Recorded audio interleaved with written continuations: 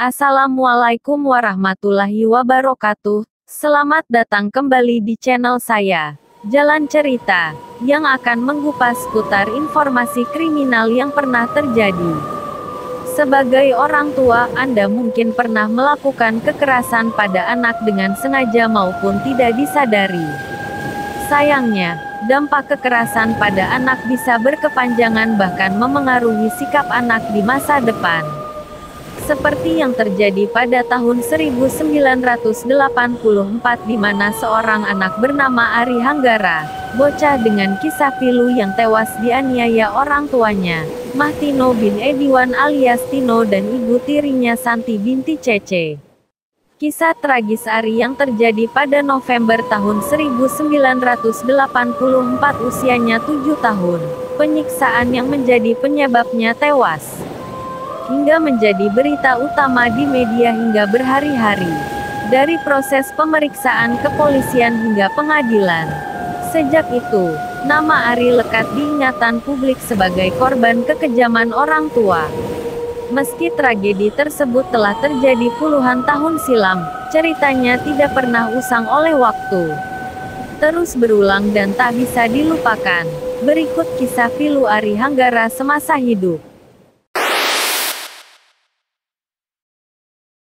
Ari Hanggara nama dari bocah berusia 8 tahun yang lahir di Bogor, Jawa Barat, pada tanggal 21 Desember tahun 1976 dan meninggal di Jakarta pada tanggal 8 November tahun 1984. Ayahnya, Tino dan ibunya, Dahlia Nasution kerap bersitegang. Terjadilah perceraian. Dahlia akhirnya memutuskan kembali ke Depok dan Tino menitipkan anak-anaknya ke rumah sang nenek. Tak lama kemudian, Tino kembali mengambil 3 anaknya yaitu Anggi, Ari, dan Andi. Melanjutkan hidup bersama istri barunya bernama Santi. Di sebuah rumah kontrakan kecil di kawasan Mampang, Jakarta Selatan mereka tinggal. Ayahnya dan Santi belum resmi sebagai pasangan suami istri meski telah tinggal bersama. Masyarakat yang menganggap Santi sebagai ibu tirinya kelak akan menjadikan status ibu tiri sebagai mimpi buruk bagi anak-anak. Tino yang sadar kalau dirinya pengangguran memutuskan untuk melamar kerja ke berbagai tempat. Teman-teman juga mulai dihubungi, tapi semuanya tak ada yang memberi harapan.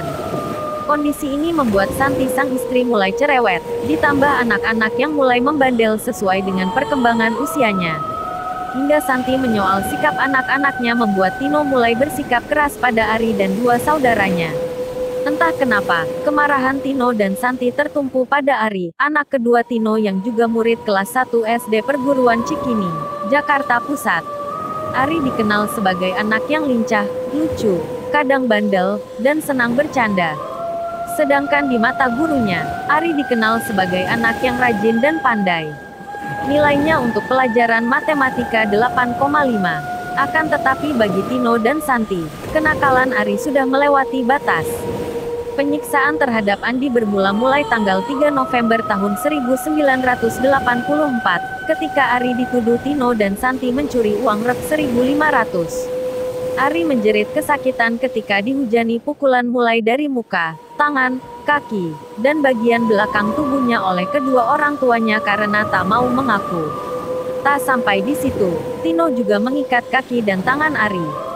Kemudian, seperti layaknya pencuri, Ari disuruh jongkok di kamar mandi. "Ayo minta maaf dan mengaku," teriak Santi. Merasa tidak melakukan apa yang dituduhkan kepadanya atau sebagai ekspresi pembangkangan, Ari tetap membisu. Penasaran, Tino dan Santi melepas ikatan tangan Ari dan menyiramkan air dingin ke tubuh sang bocah. Santi meminta tambahan hukuman dengan menyuruh Ari jongkok sambil memegang kuping. Anak tidak berdosa ini melaksanakan hukumannya sambil mengerang menahan sakit. Meski Ari telah mendapat perlakuan seperti itu, menurut Hadijah seperti yang dikutip dari Tirto, Ari tidak memperlihatkan dirinya mengalami tekanan mental. Jika luka di tubuhnya ketahuan oleh guru, ia menjawabnya karena jatuh. Kekejaman Tino dan Santi terus berlanjut dan mencapai puncaknya pada Rabu tanggal 7 November tahun 1984. Ari kembali dituduh mencuri uang Rp 8.000. Bocah yang mengaku tidak mencuri ini kembali dianiaya. Santi dengan gemas menampari Ari yang berdiri ketakutan. Masih juga tak mengaku, Tino mengangkat sapu dan memukuli seluruh tubuh bocah itu.